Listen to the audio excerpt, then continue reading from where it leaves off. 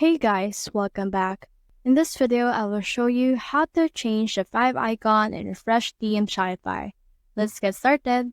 So as you can see right now, I am on the Refresh Theme. So if I head over and view my online store, it will actually show me the preview. And as you can see, the Fab icon right now is actually just a globe right here. So I want to change that globe. So in order to change that, we need to head over in here again. Now, click on this customized option, and on this right here, it will open the Shopify editor.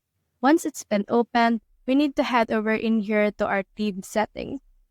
Click on the theme settings, then click on the logo, and in here you should be able to see this fab icon image. Click on the select image right here, and once you have done that, just choose the image that you want right here. For example, for me, I'll just add this one, then click on done. Once I have done that, as you can see, it will upload. And then after that, click on the save option in order to save your progress. Next thing we need to do is to see if it actually reflects already. So let's head in here on our preview and then let's try to refresh it. And it will take some time for this to actually see. And as you can see, it has already been added as our fab icon right here. So that's the whole process. If you have found this video helpful, simply leave a like below or subscribe because it helps reach more people. See you soon.